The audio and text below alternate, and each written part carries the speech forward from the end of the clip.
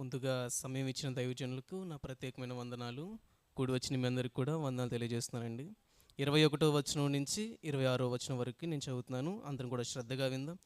సింహపు నోట నుండి నన్ను రక్షింపుము, గురుపోతుల కొమ్ముల్లో నుండి నన్ను రక్షించి నాకు ఉత్తరమిచ్చి ఉన్నావు. నీ నామమును నా సహోదరులకు ప్రచురపరచెదను, సమాజ మధ్యమున నిన్ను స్తుతించెదను. యెహోవా యందు భయభక్తులు గలవారులారా ఆయన స్తుతించుడి.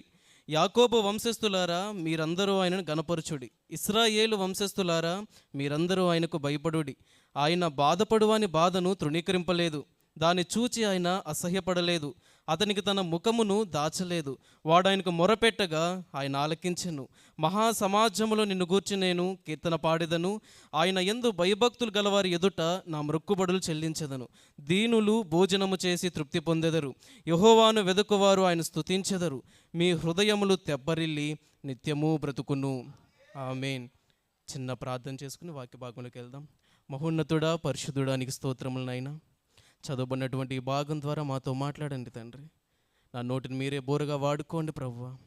పరిశుద్ధాత్మ దేవాని సన్నిధి సహవాసమును మాతో ఉంచమని యేసునామములో అడిగి వేడుకొంచున్నా మా పరలోక తండ్రి. ఆమేన్. ఈ 21వ వచనం గురించి దైవజనులు చాలా చక్కగా వివరించారు. నేను చెప్పాలనుకున్న మాటలన్నీ దైవజనులు చాలా వరకు చెప్పేశారు.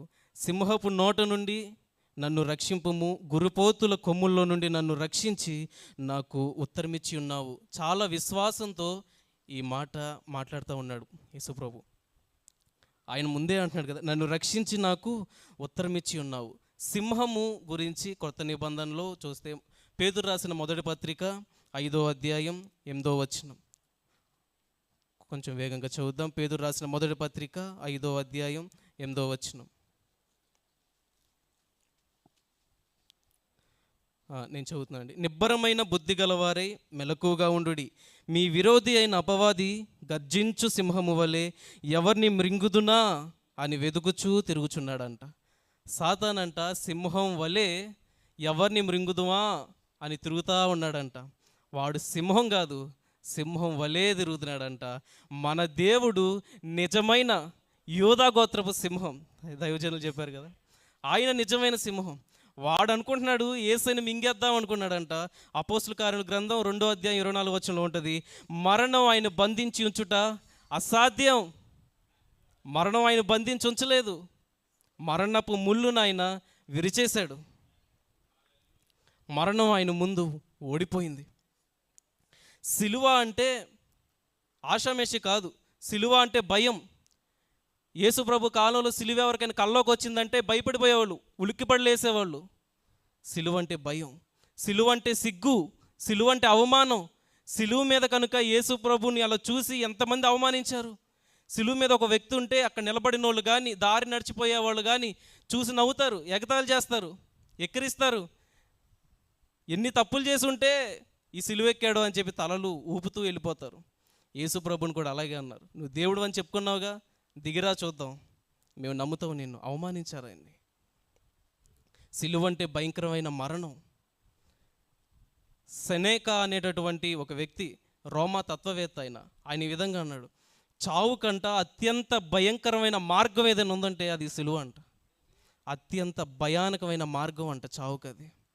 అంత భయంకరమైనటువంటి సిలువ మీద ఉండి యేసయ్య భయపడట్లా. అంత సిలువ మీద ఉండి యేసయ్య నిరాశతో ఒక్క మాట కూడా మాట్లాడలా, ఆశ లేని మాటలు మాట్లాడలా, విశ్వాసంతో ఉన్నాడు ఆయన అక్కడ. ఈ మాట చూపిస్తుంది యేసయ్య అంటే సిలువ మీద విశ్వాసంగా ధైర్యంగా ఉన్నాడంట. యేసయ్య చాలా శ్రమలు అనుభవించి వచ్చాడు. తండ్రి వలన కొన్ని, మనుషుల వలన కొన్ని, సాతాను వలన కూడా కొన్ని అనుభవించినా కానీ ఆయన ఏమాత్రం భయం లేదు. మతోన్మాదులు అంటారు కదా, నీ దేవుడు 3 మేకులు పీక్కోలేకపోయాడు. నీ దేవుడు. యేసయ్యది మర్డర్ కాదండి, ఆయన ఎవరు చంపలా. యేసయ్యది సూసైడ్ కాదు, ఆత్మహత్య కాదు. యేసయ్యది సాక్రిఫైస్. ఆయన మన కోసం త్యాగం అయ్యాడు, త్యాగమూర్తి. ఆయన తీయలేక కాదు మేకులు, మన కోసం భరించాడు వాటిని. ఆయన మరణం అనుభవించడం వల్ల మనకేంటి దొరికింది? యేసయ్య చచ్చిపోవడం వల్ల మనకేంటి దొరికింది? కింద వచనం చదువుదాం. 22వ కీర్తన 22వ వచనం. నీ నామమును నా సహోదరులకు ప్రచురపరిచెదను, సమాజ మధ్యమున నిన్ను స్తుతించెదను. ఆయన మనల్ని ఏమని పిలుస్తున్నాడు తెలుసా? సహోదరుడా, సహోదరుడా అని పిలుస్తున్నాడు. హెబ్రీలు రాసిన పత్రికలో చాలా అద్భుతంగా ఉంటుంది చూడండి. హెబ్రీలు రాసిన పత్రిక 2వ అధ్యాయం, హెబ్రీలకు రాసిన పత్రిక 2వ అధ్యాయం 11, 12 వచనాలు నేను చెబుతాను, వినండి. పరిశుద్ధపరచు వారికిని పరిశుద్ధపరచబడు వారికిని అందరికీ ఒక్కటే మూలం. ఈ హేతువు చేతను వారి సహోదరులని పిలుచుటకు ఆయన సిగ్గుపడలేదంట. వారిని సహోదరులని పిలుచుటకు ఆయన సిగ్గుపడలేదు. నీ నామమును నా సహోదరులకు ప్రచురపరుతును, సమాజ మధ్యమున నీ కీర్తిని గానము చేతును అనెను. ఇదే మాటను పౌలు కోట్ చేస్తూ రాస్తూ అంటున్నాడు, యేసయ్య అంట మనల్ని సహోదరుడా అని పిలవటానికి సిగ్గుపడలేదంట ఆయన. అన్యులం మనం. సంఘంలో చేర్చబడటానికి ఏ విధమైనటువంటి అర్హత లేదు. సంఘం వెలుపల ఉండాలి. ఆయన పిల్లలు యూదులే, ఆయన పిల్లలు ఇశ్రాయేలీలే, మనకు సంబంధం లేదు. దేవుడు అంటున్నాడు మనల్ని సహోదరుడా. ఎట్లా వచ్చింది ఈ పేరు? ఎట్లా వచ్చింది ఈ బంధం? ఆయన మరణించటం వల్ల. ఆయన మరణించటం ద్వారా మనం సంఘంలో చేర్చబడ్డాం. ఆయన అంటున్నాడు మనల్ని సహోదరుడా రా, నిన్ను నేను సంఘంలో చేర్చుకుంటున్నా, రా నా సంఘంలో కూర్చో అని దేవుడు మనల్ని తీసుకొచ్చి సంఘంలో కూర్చోబెట్టాడు. సంఘంలో కూర్చోబెట్టిన దేవుడు ఏం చేస్తున్నాడు చూద్దాం. 22వ కీర్తన 22వ వచనం మరొకసారి. నీ నామమును నా సహోదరులకు ప్రచురపరచెదను, సమాజ మధ్యమున నిన్ను స్తుతించెదను. ఆయన అంటున్నాడు, తండ్రి నీ నామమును నా సహోదరులకు ప్రచురపరచెదను. యేసయ్య ఎక్కడ 2-3 కూడి ఉంటారో వారి మధ్యలో ఉంటాడు ఆయన.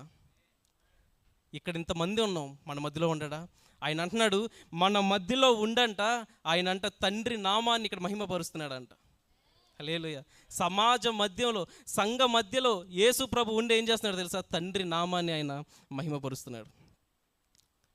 పేతురు యోహాన్లు దేవాలయానికి వెళ్తున్నప్పుడు శృంగారం అనే ఒక ద్వారం వచ్చింది. ఆ ద్వారం దగ్గర కుంటోడు ఉన్నాడంట. ఆ కుంటోడిని తేరు చూచి వెళ్ళి పిలుస్తున్నారు, అయ్ ఇటు చూడు అంటే వాడు చూశాడంట. చూసి అనుకుంటున్నాడు నేను పిలిస్తే కదా డబ్బులు వేయాలి, వీళ్ళే పిలిచారంటే వీళ్ళు గట్టిగానే ఇస్తారేమో, ఒక 500, 1000 రూపాయలు ఏమైనా పెట్టి వెళ్తారేమో అనుకుంటే పేతురు యోహాన్లు అంటున్నారు, వెండి బంగారాలు మా దగ్గర లేవు, కానీ నజరేయుడైన యేసు నామములో నువ్వు లేచి నడు అంటే వాడు లేచి నడిచాడంట. యేసయ్య నామములో శక్తి ఉంది, యేసయ్య నామములో రక్షణ ఉంది. యేసయ్య తలుచుకుంటే ఏదైనా చేయగలడు. ఆయన అసాధ్యాలను కూడా సాధ్యపరచగలిగిన వాడు ఆయన. అయోగ్యులమైన మనకి రక్షణనిచ్చాడు ఆయన. ఆయన చీకటినంట వెలుగుగా చేస్తాడంట, అంధకారాన్ని అంట ఆయన వెలుగుగా చేస్తాడంట, దుఃఖపడే వారికి సంతోషం ఇస్తాడంట, ఆయన అంగలార్చేవారిని నాట్యం చేసేవాళ్ళ మారుస్తాడంట, రాత్రంతా ఏడ్చిన ఉదయాన్ని సంతోషం ఇచ్చేస్తాడంట. అది యేసయ్య మన మధ్యలో ఉండి చేస్తున్నాడు. ఆయన తండ్రి నామాన్ని మహిమపరిచే విధంగా గొప్ప కార్యాలు చేస్తున్నాడు. మిమ్మల్ని అడిగితే మీరు ఎన్నో సాక్ష్యాలు చెప్తారు, ఎన్నెన్నో సాక్ష్యాలు. ఆయన మన మధ్యలో ఉండి, సంఘం మధ్యలో ఉండి ఆయన ఎన్నెన్నో అద్భుత కార్యాలు చేస్తున్నాడు ఆయన. హల్లెలూయా. ఆ కింద వచనం చదువుదాం. యెహోవా యందు భయభక్తులు గలవారులారా ఆయనను స్తుతించుడి. యాకోబు వంశస్థులారా మీరందరూ ఆయనను ఘనపరచండి. ఇశ్రాయేలు వంశస్థులారా మీరందరూ ఆయనకి భయపడండి. ముందుగా దేవుడు ఏం చేశాడో తెలుసా? మన కోసం ప్రాణం పెట్టిన దేవుడు మనల్ని సహోదరుడా, అన్యుడైన మనల్ని సహోదరుడా అని పిలిచి సంఘంలో కూర్చోబెట్టి మన మధ్యలో ఉండి దేవుని నామానికి మహిమకరమైన కార్యాలు మన మధ్యలో చేస్తూ ఆయన అంటున్నాడు, ఆయన మనకు ఒక మాదిరిగా ఉన్నాడంట. సంఘంలో ఒక మాదిరిగా ఆయన భయభక్తులు కలిగి జీవించాడు. మనల్ని కూడా భయభక్తులు కలిగి జీవించమంటున్నాడు. ఇక్కడ 23వ వచనం అదే కదా ఉంది. యెహోవా యందు భయభక్తులు గలవారులారా, భయభక్తులు కలిగి ఉండాలని దేవుడు చెప్పాడు. యేసయ్య అదే చేసి చూపించాడు. చూడండి, హెబ్రీలు రాసిన పత్రిక 5వ అధ్యాయం 7వ వచనం.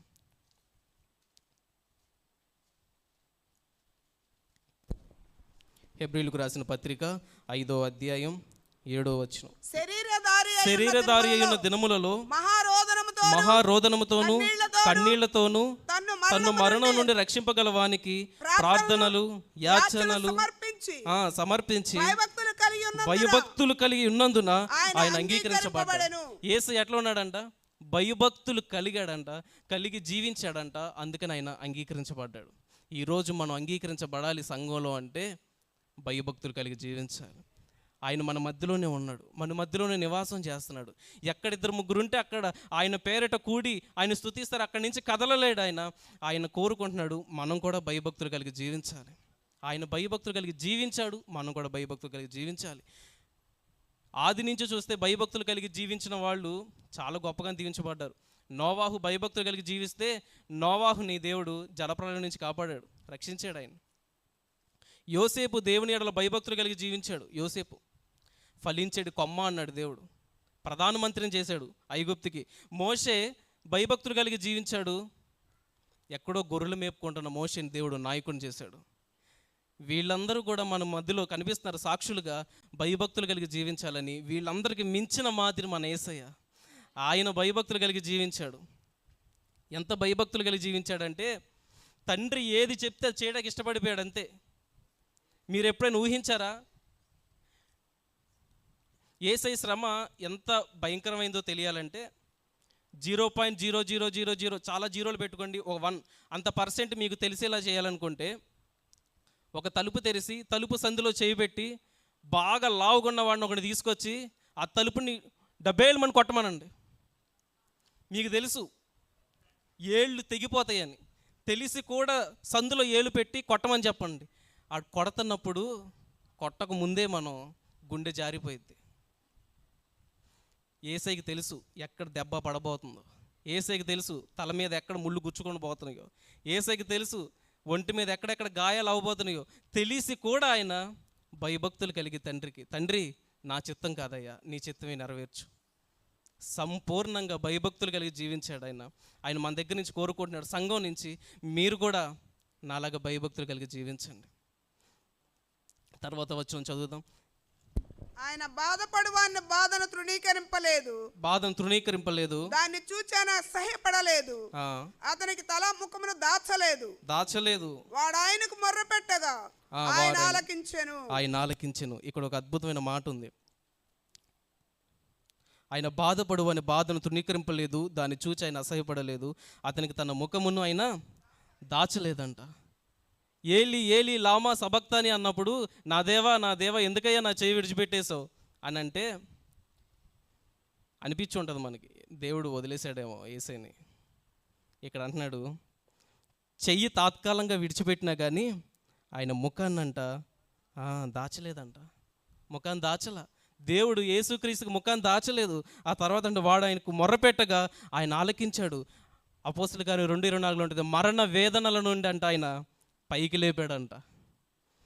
దేవుడు యేసు ప్రభు చెయ్యిని తాత్కాలికంగా విడిచిపెట్టిన అన్ని నామముల కంటే పైనామంగా తీసుకెళ్ళి పెట్టాడు ఆయన. హల్లెలూయా.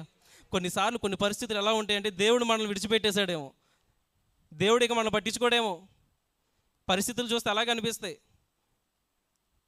ఆయన ఉంచిన ప్రణాళిక చాలా గొప్పది, చాలా ఎత్తైన శిఖరం మీద పెట్టాలని ఆశపడుతున్నాడు ఆయన.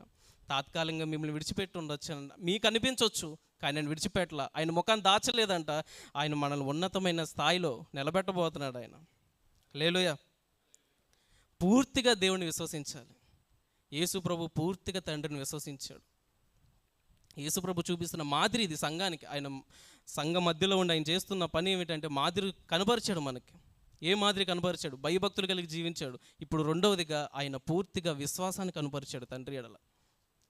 నా దేవా ఎందుకు నా చేయి విడిచావు అన్నా కానీ 7వ మాట ఏమన్నాడు తెలుసా? తండ్రి నా ఆత్మను నీ చేతికి అప్పగిస్తున్నాను. ధైర్యంగా మాట్లాడుతున్నాడు. తండ్రి నువ్వు నన్ను విడిచిపెట్టలా, నా ఆత్మ నీ చేతికి ఇస్తున్నా. పూర్తిగా దేవుడి మీద ఆధారపడాలి, పూర్తిగా దేవుడి మీద ఆధారపడాలి. అబ్రహాం దేవుడి మీద ఆధారపడ్డాడు. పిలిచాడు దేవుడు, అబ్రహాం నువ్వు వచ్చేసాయి, నీ బంధువుల దగ్గర నుంచి వదిలేసి వచ్చేసాయి, నీ తల్లిదండ్రులని విడిచి వచ్చేసాయి, నీ భార్యని వెంట పెట్టుకుని వచ్చేసాయి అంటే వచ్చేసాడు అంతే. అబ్రహాం పూర్తిగా లోపడ్డాడు, విశ్వసించాడు దేవుణ్ణి. దావీదు కూడా పూర్తిగా ఆధారపడ్డాడు. దావీదు తన జీవితంలో ఎన్ని యుద్ధాలు జరిగినాయో ప్రతి యుద్ధానికి ముందు ప్రభువా నేను యుద్ధానికి వెళ్ళమంటావా వద్దంటావా? అసలు మొదటి యుద్ధం ఫిలిస్తీన్లతో జరుగుతున్నప్పుడు మొదటి యుద్ధంలో దేవుడిని అడుగుతాడు, ప్రభువా నేను యుద్ధానికి వెళ్ళమంటావా? అసలు ఎన్నుకుందే దావీదుని దేవుడు ఫిలిస్తీన్ల మీద యుద్ధానికి వెళ్ళాలి, కానీ అడుగుతున్నాడు, ప్రభువా నన్ను వెళ్ళమంటావా? వెళ్ళు దావీదు, నీకు విజయం ఇస్తానన్నాడు. విజయం ఇచ్చాడు. విజయం ఇచ్చిన తర్వాత మరలా వచ్చారంట వాళ్ళు. ఇప్పుడు ఏం చేయాలి దావీదు? వెళ్ళిపోవాలిగా, ఆల్రెడీ ముందు చెప్పాడు కదా దేవుడు. కానీ మళ్ళీ అడుగుతున్నాడు, ప్రభువా నన్ను వెళ్ళమంటావు వద్దా? ఈసారి దేవుడు అంటున్నాడు, వద్దు, చుట్టూ తిరిగి వెళ్ళు, కంబల చెట్లు గుండా వెళ్ళు. హల్లెలూయా. ప్రతిసారి దేవుడి మీద ఆధారపడ్డారు, కానీ వీళ్ళల్లో కూడా లోపాలు ఉన్నాయి.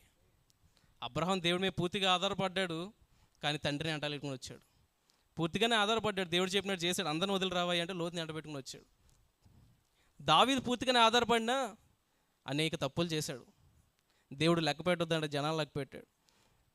వీళ్ళందరూ మన ముందు సాక్ష్యాలుగా ఉన్న అసలు మాదిరి యేసుక్రీస్తే. హల్లెలూయా. ఆయనే సంపూర్ణంగా విశ్వసించిన వాడు, తండ్రి చిత్తాన్ని సంపూర్ణంగా నెరవేర్చిన వాడు ఆయన ఒక్కడే.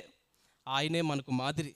బైబిల్లో ఎంతోమంది గొప్పవాళ్ళు ఉన్నా, అనేక మంది దేవుని సేవకులున్నా, వాళ్ళందరూ మన ముందు సాక్ష్యాలుగా ఉన్నా, మన మాదిరి మాత్రం క్రీస్తు ఒక్కడే. హల్లెలూయా. 25వ వచనం. మహాసమాజంలో నిన్ను గూర్చి నేను కీర్తన పాడేదను. ఆయన యందు భయభక్తులు గలవారి ఎదుట నా మొక్కుబడులు చెల్లించదను. క్రీస్తు మన కొరకు చెల్లించనిది ఏముంది? ప్రాణాన్ని ఇచ్చేశాడు. ప్రాణాన్నే క్రయధనముగా చెల్లించాడు, రక్తాన్ని కార్చేశాడు. ఆయన అంటున్నాడు, ఇది నా రక్తం వలన క్రొత్త నిబంధన. పాత నిబంధన అయిపోయింది, కణాన్ని ఇచ్చేశాడు. ఇప్పుడు క్రొత్త నిబంధన పరమ కణానికి తీసుకెళ్లాలనుకుంటున్నాడు. ఎవరైతే ఆయన రక్తంలో కడగబడతారో వారిని దేవుడు నిత్య జీవాన్ని ఇస్తాడంట. హల్లెలూయా. ఆయన చేస్తున్న నిబంధన ఇది. ఆయన అనేక వాగ్దానాలు కూడా చేశాడు. జయించువానికి నేను జీవవృక్ష ఫలాన్ని ఇస్తాను, జయించువాడికి మరుగైన మన్నా తినిపిస్తాను, జయించువాడికి తెల్ల రాతి పలకనిస్తాను, జయించువాని పేరు జీవగ్రంథంలో రాస్తాను నేను. వీటన్నిటికి మించింది చెప్పాడు. గూస్ బంప్స్ వస్తాయి. ఆయన సింహాసనం మీద కూర్చొని పెడతాడంట. హల్లెలూయా. ఆయన ఇన్ని వాగ్దానాలు చేశాడు, మనతో నిబంధన చేశాడు. ఇవన్నీ ఆయన నెరవేర్చడానికి సిద్ధంగా ఉన్నాడు. మనం దేవుడికి ఏం చెల్లిస్తున్నాం? స్తోత్ర బలులు చెల్లిద్దాం, జిహ్వా బలులు చెల్లిద్దాం, మొక్కుబడులు చెల్లిద్దాం. దేవుడు మన కొరకు తన ప్రాణాన్ని ఇచ్చేశాడు. మనం ఏమివ్వగలుగుతాం దేవుడికి? ఈరోజు యేసుక్రీస్తు సంఘం మధ్యలో ఉండి ఆయన ఒక మంచి మాదిరిగా ఉన్నాడు. ఆయన దేవుణ్ణి మహిమపరిచే కార్యాలు సంఘంలో చేస్తూ ఉన్నాడు. వీటన్నిటి మనం జ్ఞాపకం ఉంచుకోవాలి. ఆఖరి వచనం చదువుకుని మనం ముగించుకుందాం. దీనులు భోజనం చేసి తృప్తి పొందెదరు, యెహోవాను వెదకువారు ఆయన స్తుతించెదరు. మీ హృదయములు తెప్పరిల్లి నిత్యము బ్రతుకును. మోషే మిక్కిలి సాత్వికుడే. మోషేని దేవుడు అన్నాడు, ఇగో నా ఇల్లంతటి నమ్మకస్తుడయ్యా, మోషేని మిక్కిలి సాత్వికుడయ్యా అని దేవుడే అన్నాడు. కానీ మోషే అంటున్నాడు, ఇశ్రాయేలీయుల్ని ద్రోహులారా. సాత్వికుడే, కానీ కోపం వచ్చింది మోషేకి. యేసయ్య అండి అసలైన సాత్వికుడు. యేసయ్య శరీరాన్ని రిబ్బన్నులాగా లాగేశారు, వెనక్కి దున్నేశారు శరీరాన్ని, ముళ్ళ కిరీటం గుచ్చేశారు. మాంసం ముద్దలు అలాడిపోతున్నాయి యేసు ప్రభుకి. అలా కొట్టారు ఆయన్ని. రక్తపు చుక్క లేకుండా నడిపిస్తున్నారు. 150 కిలోల సిలువ మీద పెట్టి. ఆయన శరీరం మీదంట సుమారు 5,000 గాయాలు ఉన్నాయంట. ఒక్క మాట అనలేదు ఆయన. తండ్రి వీరు ఏం చేసిన వీరు ఎరుగరు కనుక వీరిని క్షమించుము అంటున్నాడు ఆయన. ఆయన సంపూర్తిగా తండ్రి చిత్తం నెరవేర్చేవాడు, సంపూర్తిగా సాత్వికుడు. ఆయన మనకు మాదిరి ఎవరంటే యేసుక్రీస్తే. ఆయనే సంపూర్ణంగా దీనుడిగా ఉన్నాడు, సంపూర్ణమైన సాత్వికుడిగా ఆయన జీవించాడు. ఆయనను గుద్దితే, కళ్ళల్లో పొడిస్తే, కళ్ళు మూసుకుంటే యేసు ప్రభు మొహమే గుద్ది ఎవడయ్యా నేను గుద్దిందంటే ఆయన తెలీదా? ఆ గుద్దినోడు పుట్టక ముందే తెలుసు దేవుడికి. నోరు తెరవలేదు ఆయన. దీనుడిగా సాత్వికుడిగా ఉన్నాడు ఆయన. ఆయన మనకి సంఘం మధ్యలో ఉండి మాదిరిగా చూపిస్తున్నాడు. మీరు కూడా దీనత్వం కలిగి ఉండండి, మీరు కూడా సాత్వికం కలిగి ఉండండి. క్రీస్తు సంఘంలో మనల్ని ఏం చేశాడు తెలుసా? సహోదరులారా రండి అని అన్యులైన మనల్ని పిలిచి సంఘంలో కూర్చోబెట్టి దేవునికి మహిమకరమైన కార్యాలు చేస్తూ ఒక మాదిరిగా నిల్చుండి భయభక్తులు కలిగి జీవించాలని మనకు నేర్పించాడు. పూర్తి విశ్వాసాన్ని కనపరచండి నేర్పించాడు.